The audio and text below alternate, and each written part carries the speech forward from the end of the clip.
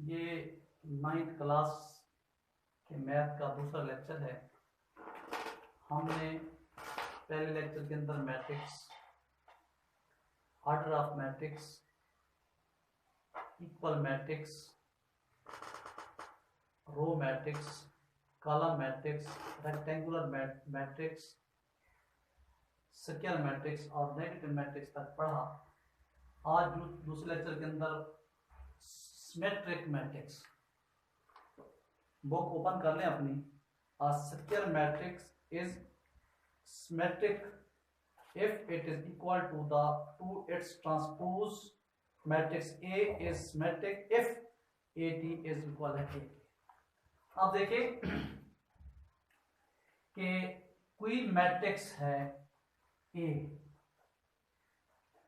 उसको symmetric matrix कहेंगे। एक तो ये स्क्वायर मैट्रिक्स हो। स्क्वायर मैट्रिक्स का क्या मतलब है कि इसके रो और कॉलम की तादाद इक्वल हो। सिमेट्रिक मैट्रिक्स के लिए पहली कंडीशन देखें कि एक मैट्रिक्स ए है, पहली कंडीशन ये है कि इसके जो अपना स्क्वायर मैट्रिक्स हो, मतलब इसकी रो और इसके कॉलम की तादाद इक्वल हो। दूसरी चीज, फिर हम इसी ए का ट्रांसपोज लें और ए मतलब है कि एक ऐसा स्क्वायर मैट्रिक्स जिसके ट्रांसपोज लेने से दोबारा वो ऐसे नजर आए जैसे ए हो, मतलब ट्रांसपोज लेने से कोई हमें डिफरेंस नजर ना आए, तो उसे हम क्या कहेंगे? Symmetric matrix. यानी ए एक स्क्वायर मैट्रिक्स हो और उस ए का ट्रांसपोज लें और वो एक इक्वल हो जाए, तो उसे हम क्या कहेंगे? Symmetric matrix. फॉर एग्जांपल हमारे पास ए है जिसमें है 1 2 3 1 2 3 2 -1 और 4, और दूसरा हमारे पास जो है वो 3 4 0। ये हमारे पास एक मैट्रिक्स ए है। अब देखो ये स्क्वायर मैट्रिक्स है। कैसे कि इसके 3 रोज हैं और 3 कॉलम्स हैं, यानी रो और कॉलम की तादाद इक्वल हो, जिसकी हो उसे हम क्या कहते हैं? Square matrix. अब हम इसका ट्रांसपोज लेते हैं। ट्रांसपोज ए क्या मतलब? ये 1 2 3 रो है, तो इसको आप कॉलम में लिखते हैं। 2 -1 4 2 -1 4 और 3 4 0 3 4 0। अब देखो कोई डिफरेंस नजर नहीं आ रहा, जैसे ए है वैसे उसका ट्रांसपोज है, लिहाजा ए टी जो है वो ए के इक्वल है। इसे हम क्या कहेंगे? Symmetric matrix. एक मैट्रिक्स ए और वो स्क्वायर मैट्रिक्स हो, उसका ट्रांसपोज लें और वो दोबारा ए जैसा नजर आए, तो हम उसे क्या कहेंगे कि ए जो है वो सिमेट्रिक मैट्रिक्स है। दूसरा हमारे पास आ गया जी, दूसरा हमारे पास आ गया जी सिकोसिमेट्रिक मैट्रिक्स। यानी a square matrix, A is said to be skew symmetric if अगर A T is equal and negative. क्या कहते हैं कि एक मैट्रिक्स ए है और वो स्क्वायर मैट्रिक्स है। ए है वो स्क्वायर मैट्रिक्स है, अगर हम उसका ट्रांसपोज लें और इस ए का नेगेटिव लें, तो इनका आंसर आपस में क्या आ जाए? इक्वल आ जाए।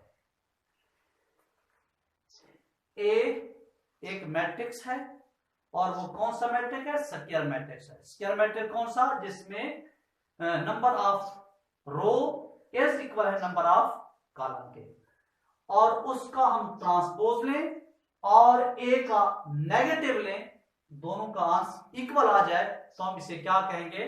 सिकोसिमेट्रिक मैट्रिक्स। अब फॉर एग्जांपल हमारे पास है ए मैट्रिक्स, वो हमारे पास है 0 2 3 -2 0 1 और -3 -1 और 0। अब हम इसका ट्रांसपोज लेते हैं, तो ट्रांसपोज ये रो है 0 2 3, उसके बाद -2 0 1 -3 -1 0, ये ट्रांसपोज आ गया। अब हम इसी का नेगेटिव लेते हैं। -a नेगेटिव क्या होता है, हमने इसकी साइन जो है वो चेंज करने हैं। -2 -3 माइनस है तो +2 0 -1 -3 और -1 0।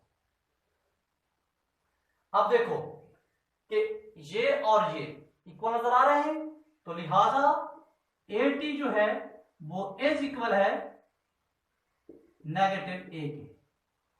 एक मैट्रिक्स है, स्क्वायर मैट्रिक्स हो, उसका ट्रांसपोज ले और उसी का नेगेटिव ले, दोनों के आंसर इक्वल आ जाए तो हम उसको क्या कहेंगे, सिकोसिमेट्रिक्स मैट्रिक्स।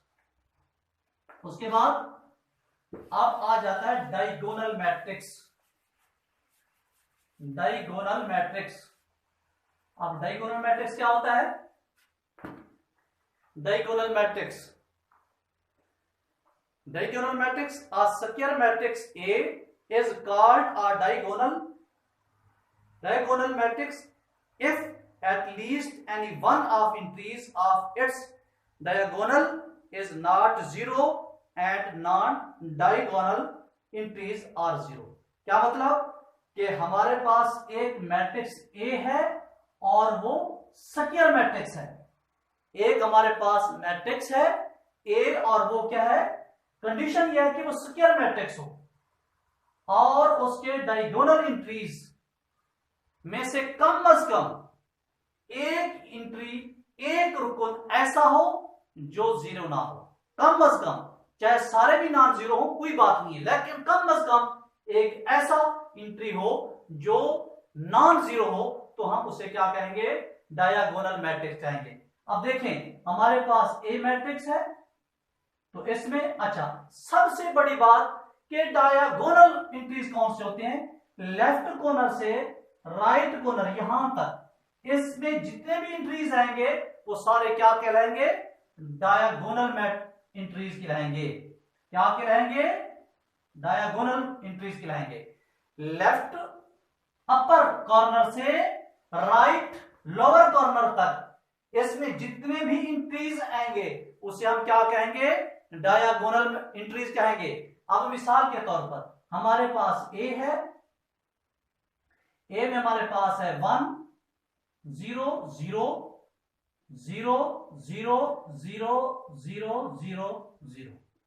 अब देखो ये जो है ना, ये हमारे पास डायगोनल एंट्रीज है और इसमें कम से कम एक, एटलीस्ट एक जो एंट्री है वो नॉन 0 है। तो लिहाजा ये हमारे पास, और बाकी जितने भी हैं नॉन डायगोनल वो सारे एंट्री 0 की इक्वल हो, तो उसे हम क्या कहते हैं, डायगोनल मैट्रिक्स।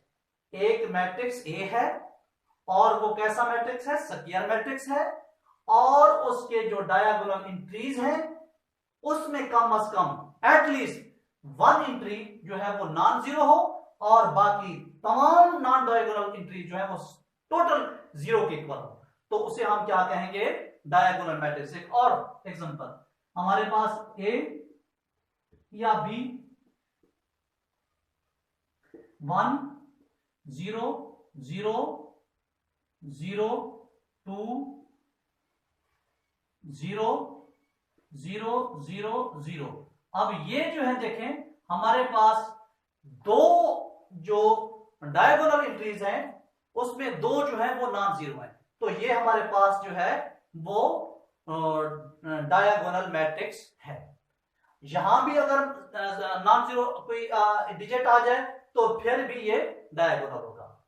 तो इसकी डेफिनेशन समझ आई। उसके बाद इस डायगोनल की दो टाइप्स होती हैं, एक को हम कहते हैं स्केलर मैट्रिक्स और दूसरे को हम कहते हैं यूनिट मैट्रिक्स या आइडेंटिटी मैट्रिक्स। अब देखो वो कैसे होता है कि अगर यहां डायगोनल एंट्रीज तमाम के तमाम इक्वल हों तो उसे हम कहेंगे स्केलर मैट्रिक्स। मिसाल के तौर पर मेरे पास एक, ये देखिए 2 0 0 2 2 2 0 0 0 0। अब देखें ये सारे इंट्रीज जो है वो सेम है, तो ऐसे में जितने भी इंट्रीज अगर ये डायगोनल इंट्रीज सेम है तो उसे हम क्या कहेंगे, डायगोनल की कौन सी टाइप से है, वो स्केलर मैट्रिक्स है। अब मिसाल के तौर पर हमारे पास C है, वो है K 0 0 0 K 0 0 0 K। अब देखो ये सारे किसके इक्वल है, K के इक्वल है, लिहाजा ये क्या है, स्केलर मैट्रिक्स है।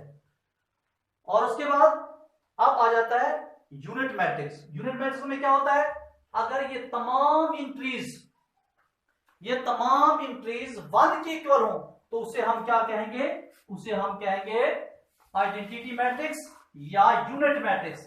मिसाल के तौर पर मेरे पास एक मैट्रिक्स A है और उसके जो है 1 0 0 1, तो ये देखें ये 1 आएंगे, 1 की इक्वल है, लिहाजा ये हमारे पास क्या है, आइडेंटिटी मैट्रिक्स या यूनिट मैट्रिक्स।